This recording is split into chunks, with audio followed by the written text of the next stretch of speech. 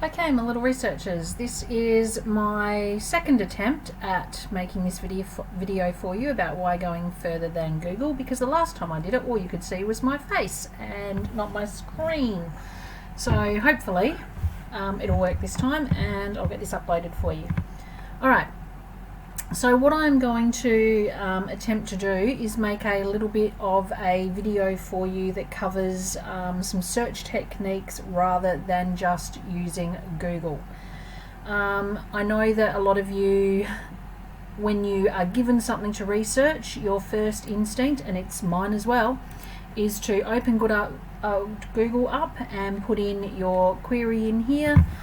Let's say that it is orcas in captivity, and see what responses you are given. Now, I don't know how much you know about how Google works, but there is this thing called algorithms which are set into the program itself, which are designed to give you back information that is going to be relevant to you. Now, some of the things that happen with regards to the relevant to you bit, Google actually learns over time what types of information you're looking for, what types of thoughts, opinions and views that you have based upon your searches, search history, based upon data that's collected about you, your age, where you're from, a whole range of different things, and it uses algorithms then to bring back information which it deems to be what you require.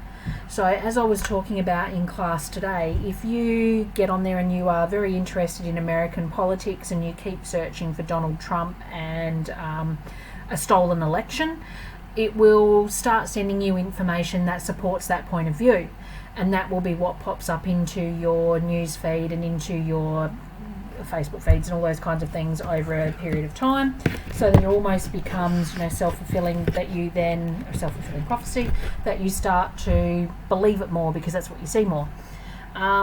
There are, however, a whole range of ways that you can make sure that the information that you access is not biased in any way, or is not influenced too much by those algorithms, I suppose is what I'm trying to say.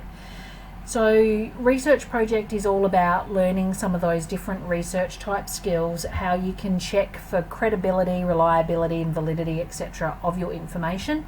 And one of the ways that you can do that is to become proficient in using a range of different search engines, search techniques, etc., etc.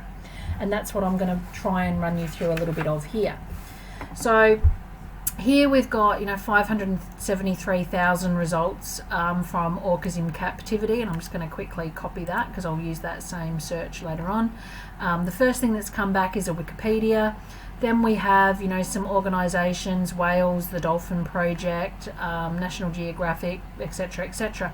Now, some of these companies actually pay to have they pay Google an annual fee to have their websites linked to the top of the Google search stream, and they'll be the first ones that come up. Generally, one of the things that a lot of students don't do, and I've noticed recently that it's, how down the bottom here you used to get page 1 of 433. Put your hand up if you're like me and you never ever went past the first page. I don't think I do. But I've noticed just recently that you almost don't seem to get to the end of the first page anymore. So Google's always updating and learning and doing new things, so there's one thing that it's done.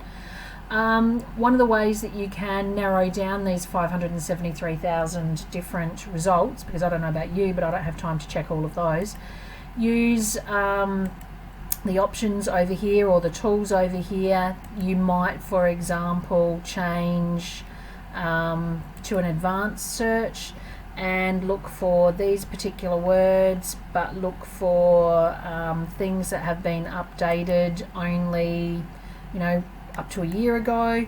Look for the region, so let's look for Australasia or Australia. Sorry, I've got to actually have that selected and it's still not, so then I'll find it this way, Australia. and let's do that quickly. And our 573,000 different results, it's disappeared, doesn't tell me how many there are now, but you'll notice that these are actually different to the results that were returned last time. So that's just one way that you can actually use Google a little bit like that. This actually comes about from a post that I found in Facebook recently, where someone had posted this amazing AI generated image of a library somewhere. It's a fake one. And talked about how Google works and some of the other options that you have that you probably have never heard of with regards to searches that you can do. So we've got different places here like RefSeek. Now this one is an academic resource search where more than 1 billion sources, including encyclopedias, monographies and magazines, are able to be accessed. It is a .com site, so it's a commercial site.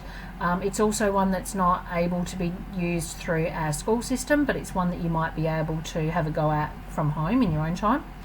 This one, worldcat.org, again, organisation, tends to tell me that not being a commercial site, it's likely to be not, I won't say biased, because not all commercial sites are biased, but it's not looking for funding in any way to be able to be run. So WorldCat, it's a search for the contents of 20,000 worldwide libraries. You can find out where the nearest libraries and things are near you. And if I click on that one in particular, it will take me to the home page here, libraries near me. This will give you a list of where your closest libraries are, and why the Ranger Area School Library is not listed, I don't know. And it also doesn't understand that the 75 kilometres from here to Cowell is actually across the Spencer Gulf and probably not really doable. But it does tell you the other libraries that are around the place, including the fact that the Port Pirie campus library, which I think is for the TAFE or the UniSA facility that they've got up there, you can actually go and search their library catalogue from there. But it will also take you to any of these websites as well, where you could possibly access information. The topics page is a bit of a shortcut, probably more useful if you were sort of at the preliminary research stage and you were still sort of trying to work out what it was you wanted to do. I want to do something in sustainability. You could explore the resources there. It might help you work out some topics, that kind of thing. However, this one down here, use worldcat.org for school research. It's a little bit of a tutorial or a walkthrough on how this website works, and if you are looking for information on the solar system, how to go from looking for information relevant for a student who's sort of 10 to 15 years old up to someone who's more appropriate for college level or university type work. Remembering it's an American site, it doesn't have any country code after the .org there. That's how we know it's American. Does give you a few different ideas on how you can use this particular website. So for example, if I was going to put in my orcas in captivity into the search bar, what I then get returned is 191 different results and some information about each of them. Authors that are highlighted, I can click on the author and it will take me to what else they have been involved in. So I'll be able to tell this particular author, possibly an archaeologist or something like that, because a lot of what they're involved in is to do with history and environmental studies, those kinds of things. It's a good way of seeing whether or not someone's an actual expert in your topic area. The other filters that I can use over here, if I only want print books, if I only want to have a look at DVDs or online videos or something that I can access online, I can select that, and that will refine my results to all of these videos that I could then access and watch. I can get rid of that again. Here's some of the authors that are included within the list there. Now, this one, Laurie Marino, I actually recognise from a couple of other articles that I've found, so it would be interesting to see what else comes up from that author here. Again, it would give me a bit of certainty, I suppose, that that person is a expert in the area if they have a range of resources that are on a similar topic. Another way that I can make sure that the information that I'm using is relevant, I can only ask for things, say, in the last 5 years.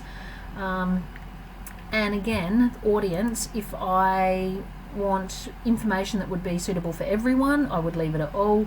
Juvenile is probably looking at sort of primary age information. Non-juvenile is where I'm looking more for my secondary school, upper secondary, tertiary type education information. So by selecting a couple of those things, I've gone down to 37 results. The other thing that I can do is select open access. Now that just means that every single thing here, and there's only 2 of them, but every single thing here I can actually access for free by now clicking on that and going straight to the actual paper itself. I can access the whole PDF file with the entire paper and all of their research and information there, because often you'll find with academic papers they're not open for everyone to be able to access.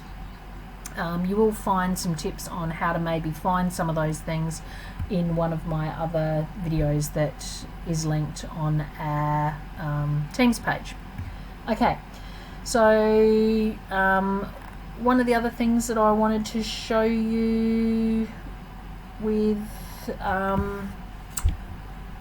this post is back here. There's another website here called www.science.gov. Now again, it's an American state search engine, 2200 plus scientific sites, more than 200 million articles are indexed through that site.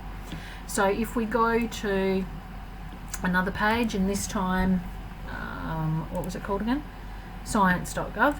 So this time I will put in my search bar up the top here, science.gov, and it will take me to the science.gov homepage. Within that I could, sorry, that's not actually what I was expecting. I'll just go back. Yep, so this is the homepage that I want. You'll notice that this is a beta version, so this is actually a search engine that's being tested at the moment. It hasn't been put out like Google, I suppose, to everyone and every person as yet, but there's nothing to stop you from accessing and using it. Now if I was doing for a topic this time, let's go with terraforming Mars, which simply means, can humans actually go and inhabit and live on Mars? It's a scientific based question.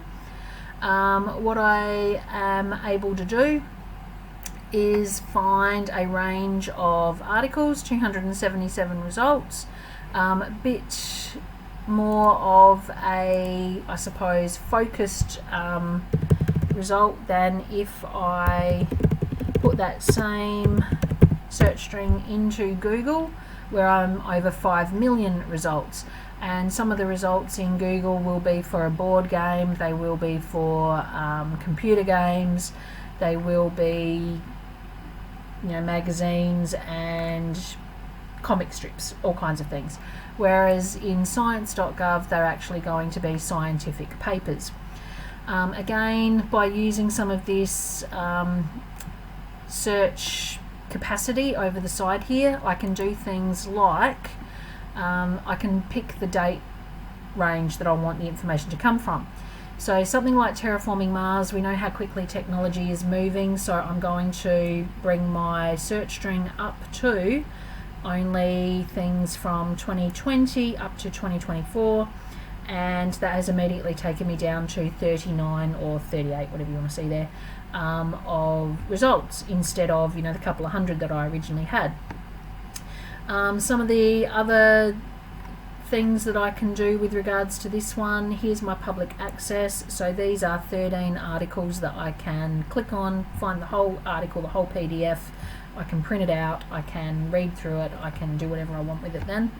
There is also a multimedia one, which I think is a podcast, if I remember correctly. Tells you a little bit about what to expect. You can decide whether or not that's going to be relevant for you before you go and spend an hour actually looking at it or listening to it or whatever it is you want to do. So that's another type of search engine that will also hopefully be of use for you. There are also one of Miss Peter's favourites is DuckDuckGo. Now DuckDuckGo is not available at school, but again it's one of those ones that you can try at home. Miss Peters can tell you a lot more about some of its capabilities and the benefits of using that as a search engine, but I would certainly recommend that you have a go at a couple of these different ones. Another search engine is Brave. Again, you can't actually access the search engine here at school, but you can download it.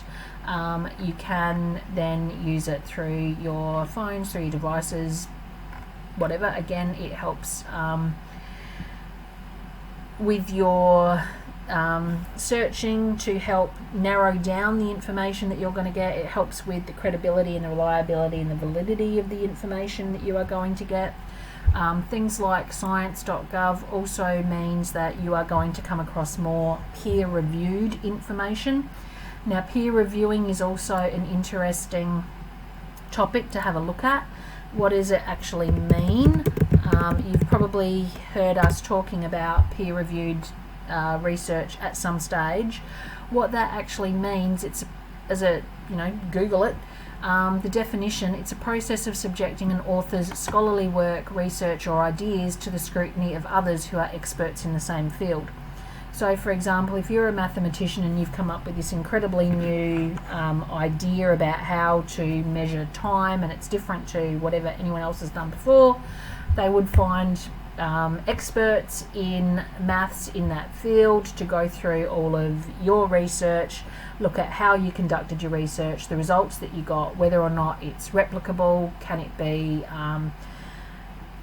do the results hold up to close scrutiny from people that understand and are experts in this information. That's a peer review process. Now that process takes a long period of time, which means quite often that peer-reviewed information is already a little bit out of date, I suppose, before it gets out into the public. So even though this might have been published in 2022, the information that it's based on might actually be from 2020. So sometimes you'll actually find that stuff that is put up on Google or through free sources, those kinds of things, is actually more up to date, but it hasn't had the checks that peer-reviewed information has. I hope that makes sense. It is worth finding peer-reviewed information where possible, particularly if you have a highly academic type topic that you are trying to answer. Couple of other things with regards to search strings. What else do I want to tell you about? I've told you about date ranges. I've told you how to use the advanced searches.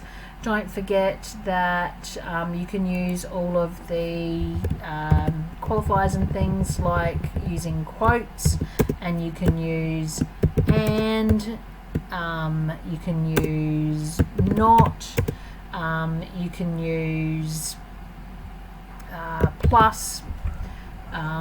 You can use file types, so you can actually put into Google that I specifically only want information on orcas in captivity that are PDFs. You can, what's the PowerPoint one?